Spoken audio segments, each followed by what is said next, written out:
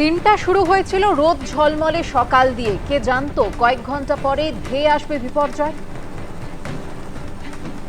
বুধবার সকালে নেপালের কোথাও বৃষ্টির চিহ্ন মাত্র ছিল না। ঝলমলে রোদের সঙ্গে ছিল ঝকঝকে নীল আকাশ। তখন সকাল ৯টা। স্থানীয় বাসিন্দারা জানিয়েছেন হঠাৎ তীব্র গুড়গুড় শব্দ শুনতে পান তারা। বাইরে বেরিয়ে দেখেন বিস্ফোরণের ধোঁয়ার মতো কুণ্ডলি পাকিয়ে নেমে আসছে জলের স্রোত। প্রশাসন সূত্রে খবর, এদিন সকালে তিব্বত থেকে নেমে আসা ভোতেকোশি নদীর জলস্তর আচমকা বৃদ্ধি পায়। হুড়মুড়িয়ে নেমে আসে হরপা বান। হরপা বানে ভয়ানক ক্ষতিগ্রস্ত হয়েছে রাসুয়া, নোয়াকোট, ধাদিং, চিতওয়ান সহ নেপালের 6টি জেলা। ক্ষয়ক্ষতির পরিমাণ জানা না গেলেও ব্যাপক হতাহত হয়েছে বলে রাসুয়া জেলা প্রশাসন সূত্রে খবর। মা তো 24শে আগস্ট বিকেল 5:30টার সময় ওলাবিবি তলা থেকে গাড়ি ছেড়েছে আর কি।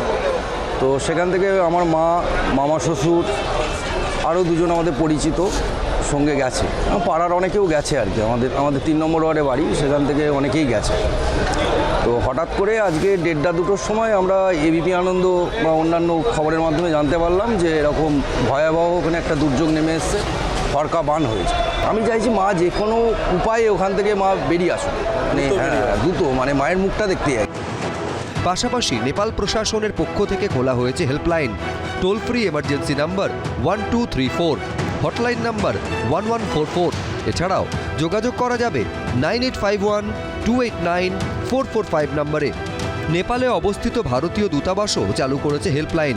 নম্বরগুলি হল +977 985 131 6807 এবং +977 970 910 7500।